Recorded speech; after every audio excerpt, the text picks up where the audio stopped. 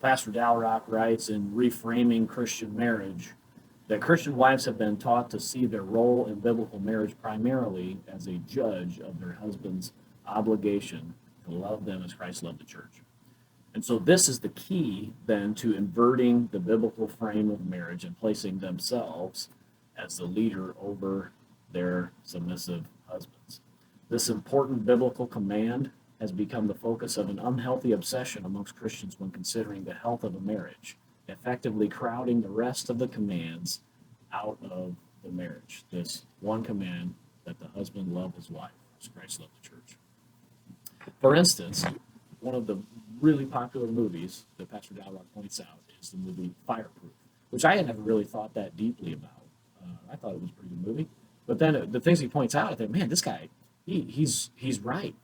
So the theme of Fireproof is basically this, that the wife is judging the performance of the husband's love for hers. When the directors discussed what kind of subject they would want for this movie, one of the directors said about the other, Alex didn't initially want to do a movie on marriage, though he was taken by the idea of daring a man to love his wife. There's that theme again. And so these two men who the directors of it are presumably well versed in the Bible, and yet only one command stood out to them to make a movie about Christian marriage, which was, will the husband love the wife? And the movie does a pretty perverted way of portraying this.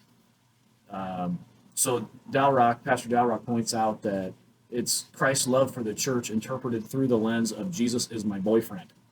They took it a step further and ultimately made the movie not about the husband demonstrating his faithful love to this command, but him winning the heart of his whorish wife away from the man she is pursuing. So the wife gets pursued by another doctor at work, and then her husband has to win her heart away from this man. It's like it's a perverted way to look at a Christian marriage. I thought, man, I think he's right. Like, it was a pretty lousy way. Now that I read his thoughts on that. In the same line of thinking, then Pastor Dalrock writes, Sheila Gregory, who is a popular Christian blogger and author, says that she and her husband do a lot of Christian marriage conferences.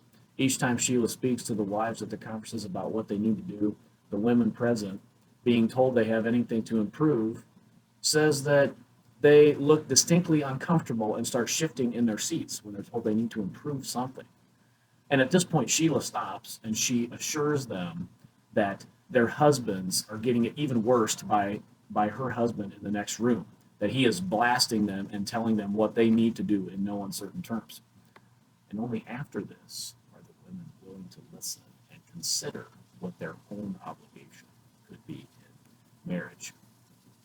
She explains that in her blog, she experiences the same type of sentiment from the readers of her blog, who she says, quote, I won't listen to your advice for how women can make their marriages better unless I'm assured that someone is lecturing my husband first, because he's the one who really needs to change. Now, why is that?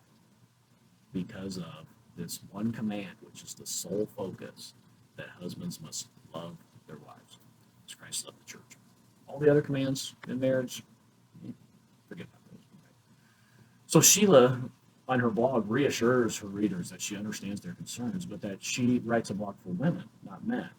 Her point is that neither sex is given a pass not to follow biblical commands because their spouse isn't living up to them.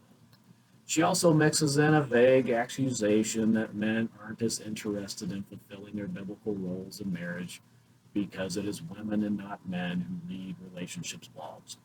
Now, that's probably true.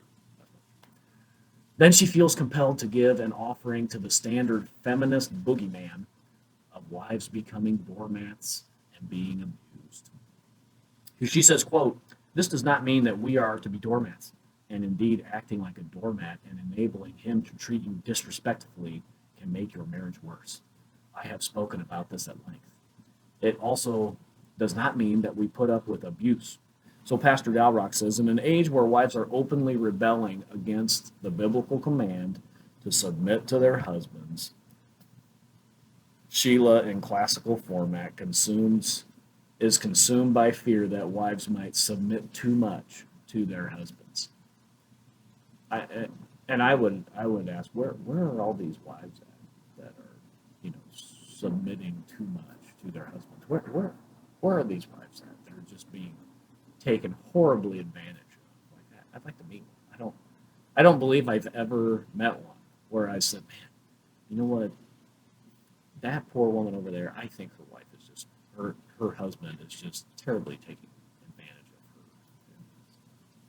But again, it is the husbands who are to love their wives, and then wives judge the performance of that Christ-like love. This is how we invert the roles of headship and submission there.